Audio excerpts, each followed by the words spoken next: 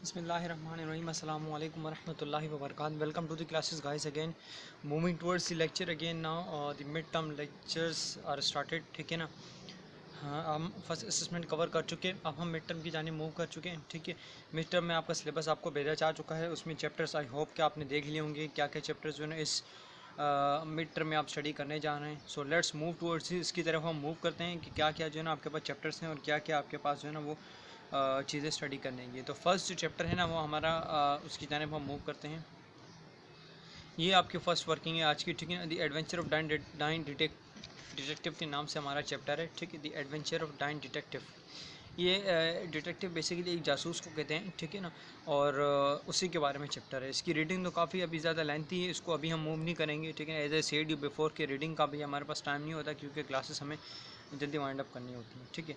Words no मैं आपको सबसे पहले बता रहा हूँ. हाईलाइट किए हुए मैंने जो वर्ड्स वही आप लिखेंगे. ठीक है. कुछ ऐसे हैं जो कि हाईलाइट नहीं हुए. जो हाईलाइटेड है वो लिखेंगे. हाईलाइटेड वर्ड्स कुछ ज़्यादा हैं. 1 2 3 4 5 6 7 8 9 10 11 वर्ड्स हैं. 11 के 11 आपने लिखे हैं. ठीक है ना. फर्स्ट वर्ड आपके पास है black Formosa corruption. Black Formosa corruption. ठीक है ना. अब इनके मीनिंग जो है ना बिल्कुल ईजी हैं. जिनके मीनिंग कोई डिफ़िकल्ट नहीं है इंग्लिश में लिखे हुए तो उसको मैंने उर्दू में लिख दिया. बाकी इसके अलावा तमाम के जो है मीनिंग सब ईजी हैं. उन तमाम को आप यहाँ से देख लेंगे. फिर आपका वर्ड है कैब. कैब मीन्स बगी. ठीक है ना. बग्गी है तांगा. ठीक है. बग्गी जो होती है ना तांगा आपने देखा हो पुराने ज़माने में तांगा चलता था. तांगा ये नहीं वो आपने देखा होगा घोड़ा होता है. घोड़े के पीछे जो ना वो गाड़ी लगी हुई होती है तो वो तांगा कहलाता है. ठीक है. एक कॉन्टेजियस गौंट. गौंट के मीन्स दुबला पतला. ठीक है. फिर आपके पास वर्ड है इंसिस्टेंटली है. ठीक है. लाइफ लिस्टलेसली है. मलिशियस है. मर्मरिंग है. ठीक है ना. प्लेस ऑफ कंसीलमेंट है. रेजोल्यूटली है. और विद योर लीव है. ये तमाम के तमाम वर्ड्स हैं. आपने वर्ड्स सुनना में लिखने हैं. ठीक है. अब इसके बाद आपकी जो वर्किंग है ना वो आपने क्या करना है. ये तो आपकी टेक्स्ट कॉपी. इसके क्वेश्चन एंड आंसर का पीडीएफ तो आपको भेज दिया गया है. ठीक है. क्वेश्चन एंड आंसर के साथ आपको पता है हम एक और एक्टिविटी करते हैं टेक्स्ट कॉपी में. ठीक है. तो वो आपकी ये रही एक्टिविटी. ठीक है. इसका आप स्क्रीनशॉट लेने या वीडियो को स्टॉप करके आपने लिखना है. इसमें आप कहा जा रहा है कि there are number of words in the story for which meaning have not been given in. ये वर्ड्स ऐसे हैं जिसके मीनिंग जो है ना वहाँ पर वर्ड्स टू नो में नहीं दिए हुए और स्टोरी में भी नहीं दिए हुए.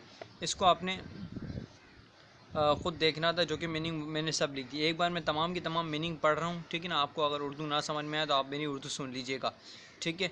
और यही आपने अपनी टेक्स्ट कॉपी में लिखना है सेम एज इट इज़. बीच में मार्जिन करके यहाँ इंग्लिश लिखनी है और यहाँ आपने उर्दू लिखनी है.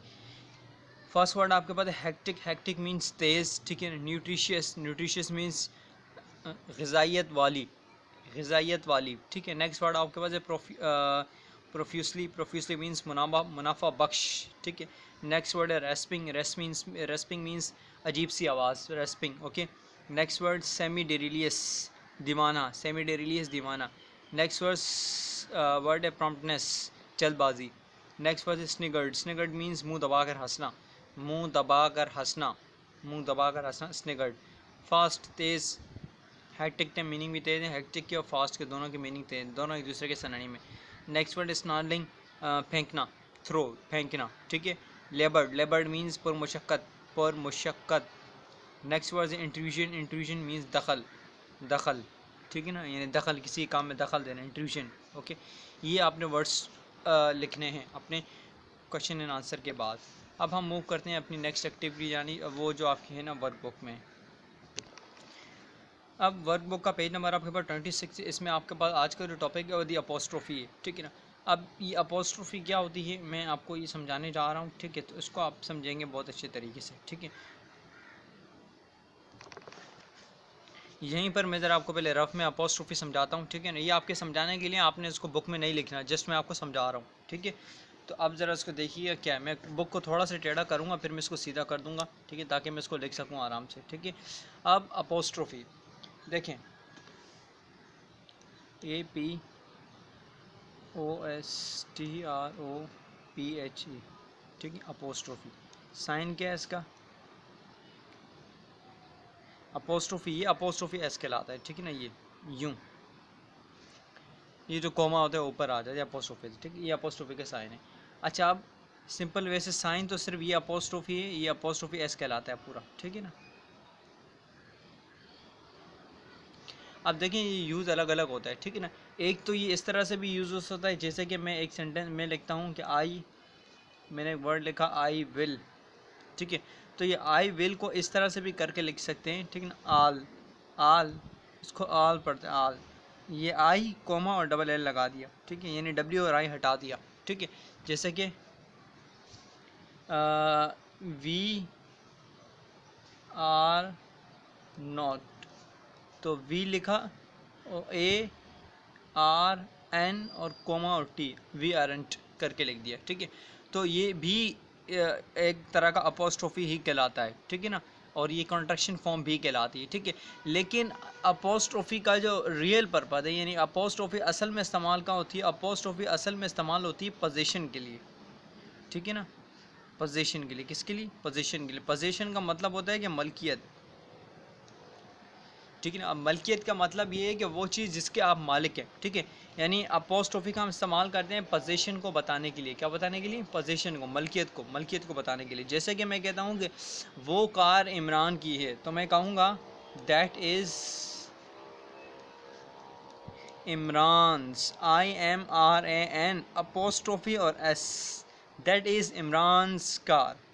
बात समझ में आई ना, कि ये अपोस्ट्रोफी कहाँ इस्तेमाल हुई? इमरान की मलकियत थी, इमरान की कार थी, उसको बताने के लिए। तो किसी भी बंदे की मलकियत बताने के लिए हम अपोस्ट्रोफी का इस्तेमाल करते हैं, ठीक है। जैसे कि मैं कहता हूँ this is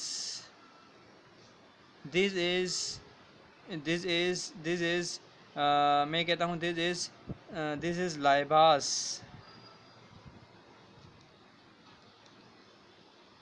this is Laiba's scarf, ये लाइबा का स्कार्फ है, ठीक है। स्कार्फ जो है ना वो किसका है? लाइबा का। बात समझ में आ रही है ना। तो अपोस्ट्रोफी आप इस्तेमाल करते हैं जब आप क्या करें, आप किसी की मलकियत बताएं, ठीक है। जब आप किसी की मलकियत बताएं तो फिर आप वहाँ पर क्या करते हैं? अपोस्ट्रोफी का इस्तेमाल करते हैं। लेकिन इसमें एक चीज़ ये समझने की है, ये आप अपने जहन में रखिएगा कि ऐसे नाम जिनके एंड में ये एस ना आए, तो वहाँ पर तो आप अपोस्ट्रोफी इस्तेमाल कर लेते हैं। लेकिन जैसे कि अगर फॉर एग्जाम्पल एक नाम है, मैं कहता हूँ this is YOUNA, this is Yunus car, ये यूनस की कार है। अब यूनस के एंड में तो ऑलरेडी ऐसा आ रहा है, तो फिर आप अपोस्ट्रोफी कैसे लगाएं? ये एक सवाल है ना। तो इसका जवाब ये है कि जब भी आप किसी बंदे की मलकियत बता रहे हैं और उसके नाम के एंड में ऐसा आ जाए, तो फिर आप सिर्फ अपोस्ट्रोफी का साइन लगाते हैं, बस एस नहीं लगाएंगे, ठीक है। बात समझ में आ रही है कि जब किसी बंदे का नाम आ जाए, उसके एंड में एस आ जाए, तो फिर आप सिर्फ अपोस्ट्रोफी का साइन लगाएंगे, एस नहीं लगाएंगे, ठीक है। तो ये आपके पास रूल है। और अगर किसी के नाम के एंड में एस नहीं आ रहा, तो आपने सिंपल जो है ना वो क्या करना है, अपोस्ट्रोफी और साइन एस में दोनों लगाने हैं। लेकिन अगर किसी नाम के एंड में एस आ रहा है, तो सिर्फ आपने अपोस्ट्रोफी लगा देना है, फिर आपने एस नहीं लगाना, ठीक है। तो ये अपोस्ट्रोफी के बारे में सारा का सारा है। अब हम मूव करते हैं अपने जो है ना वो रियल टॉपिक की जानिब।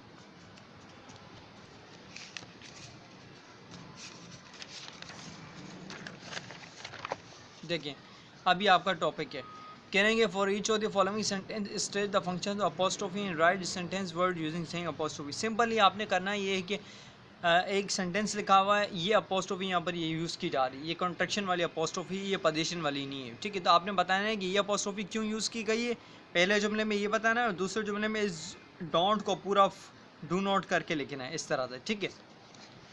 तो ये एक्सरसाइज सॉल्व हुई भी है, आप इसी को देख लें, ठीक है। कहा जा रहा है कि the apostrophe stands in place of the letter O. हाँ, यानी ये जो अपोस्ट्रोफी आ रही है ना, ठीक है ना, ये किस लिए आ रही है? ये ओ की जगह, लेटर ओ की जगह पे आ रही है, यानी यहाँ पर ओ आना चाहिए था, लेकिन इस ओ की जगह पे क्या आ गया? अपोस्ट्रोफी आ गई, ठीक है ना। अगर आपको यहाँ क्लियर नहीं दिख रहा तो अपनी बुक के अंदर भी आप देख सकते हैं। डोंट में एन के बाद जो कोमा आ रहा है, ऊपर अपोस्ट्रोफी आ रही है, ये क्यों आ रही है? ये लेटर ओ की जगह आ रही है, अगर यहाँ पर ओ आना चाहिए था। अगर ओ आ जाता तो फिर यहाँ पर हमारे पास, तो इसी तरह पहले सेंटेंस में ये था। अब दूसरी सेंटेंस में आपके पास ये है कि I do not know whether you were there last week, ठीक है। फिर दूसरे सेंटेंस में क्या करना था कि डोंट को डू नॉट करके पूरा फुल फॉर्म में आपने लिख देना था, ठीक है ना, कॉन्ट्रैक्शन से हटा के पूरा। अब हर सेंटेंस में आपने इसी तरह करना है, ठीक है ना।